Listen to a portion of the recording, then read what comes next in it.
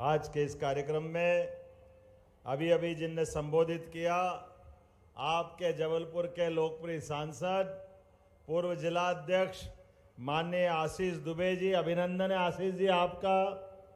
इस अवसर पर पूरे मंच का एक बार जोरदार अभिनंदन पूरे मंच का एक साथ कर दे।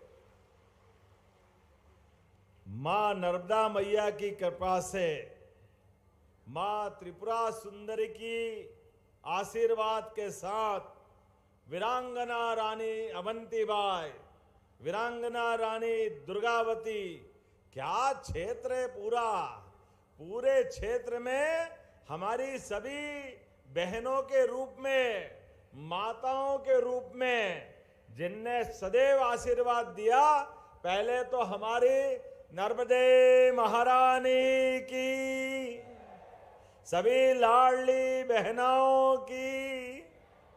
क्या आनंद आता बहनों के कार्यक्रम में आए।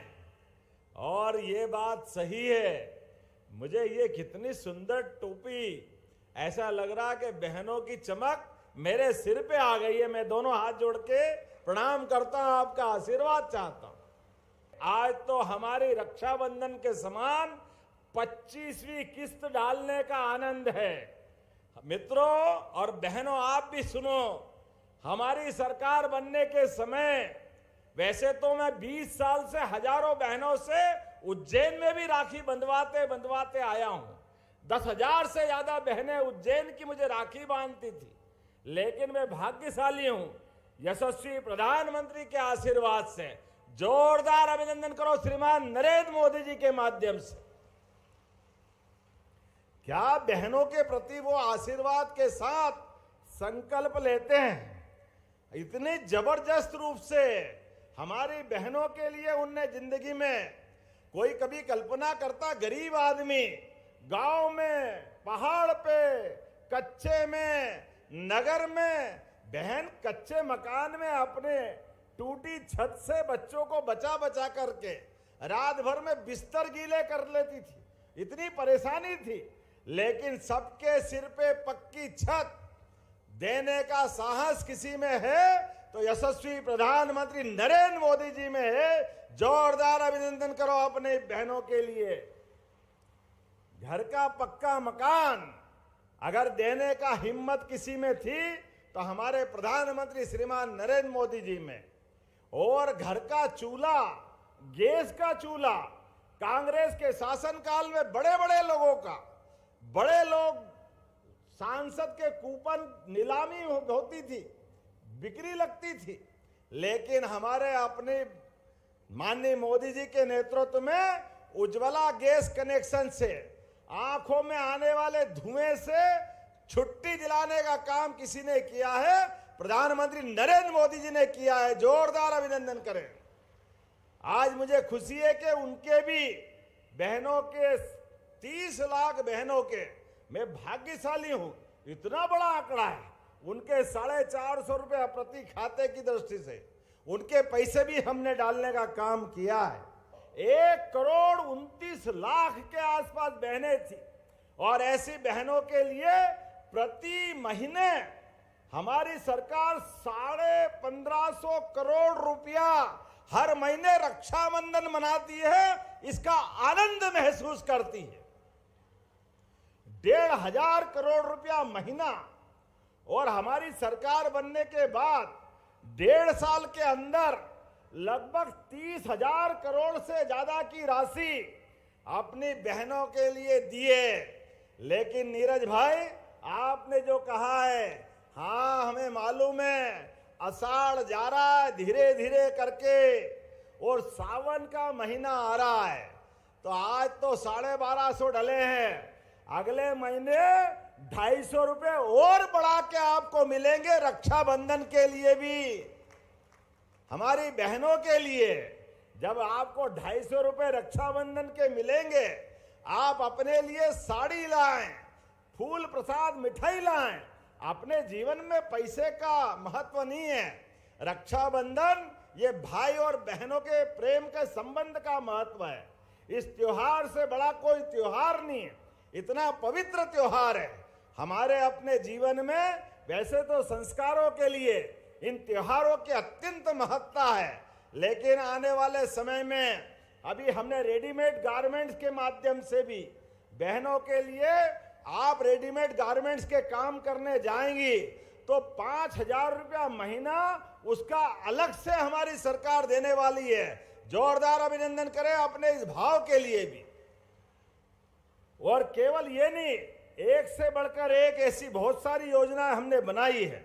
आज के इस अवसर पर जब मैं आपके यहाँ आया हूं तो अपने बीच में से लगभग गैस रिफिलिंग के माध्यम से 39 करोड़ 14 लाख की राशि, प्रधानमंत्री उज्ज्वला गैस के लिए 27 लाख बहनों के खाते में डाल रहा हूं। जोरदार अभिनंदन करें अपनी बहनों के लिए।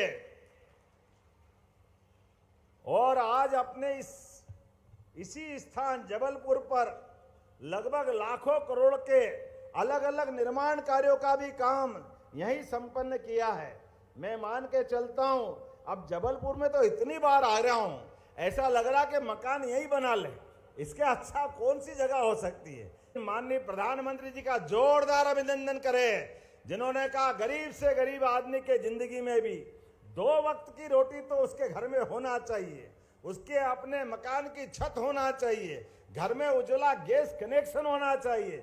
गरीब भाई बहन के बच्चों को पढ़ाने लिखाने की सारी जवाबदारी हमारी सरकार ने ली है और बच्चे पढ़े आगे बढ़े। लैपटॉप भी अगले महीने हम देने वाले, जोरदार अभिनंदन करो अपने बच्चों के लिए। और जिन बच्चों ने अच्छी स्थिति बनाई उनको स्कूटी भी मिलने वाली है।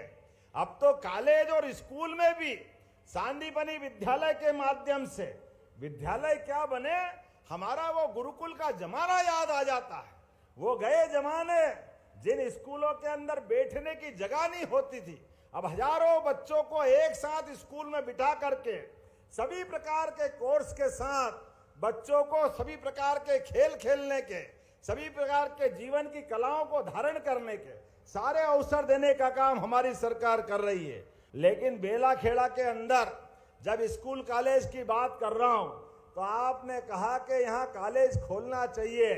क्यों खोलना चाहिए? क्या इधर से आवाज है, खोलना चाहिए क्या?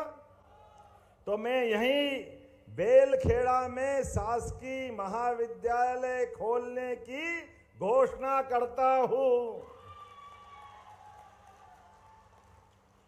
आपने कहा कि राजस्व कार्यालय में 6 वर्ष से सहमत होकर चालू हो रहा चल रहा है, लेकिन अनुविभागीय कार्यालय का भवन और शासकीय आवास ये बनना बाकी है।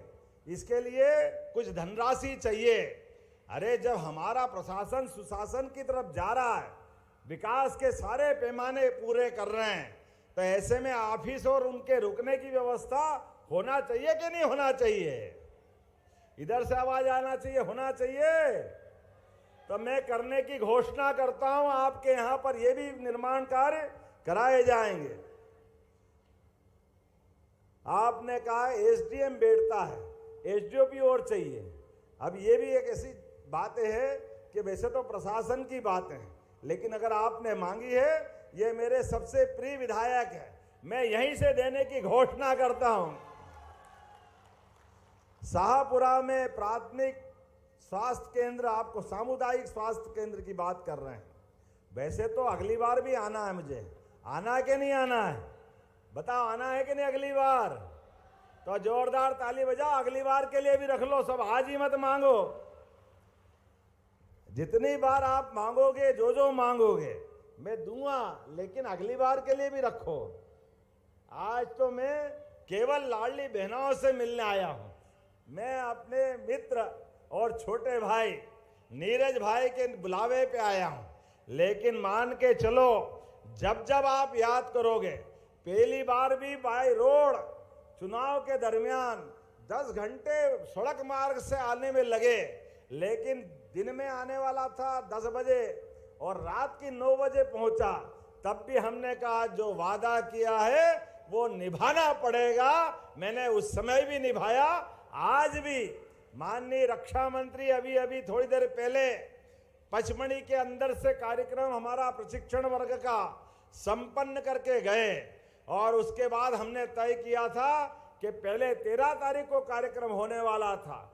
दुर्दैव से विमान घटना के कारण हमारे भाई बहन अपने बीच से गए हैं। ये बड़े दुख की बात है।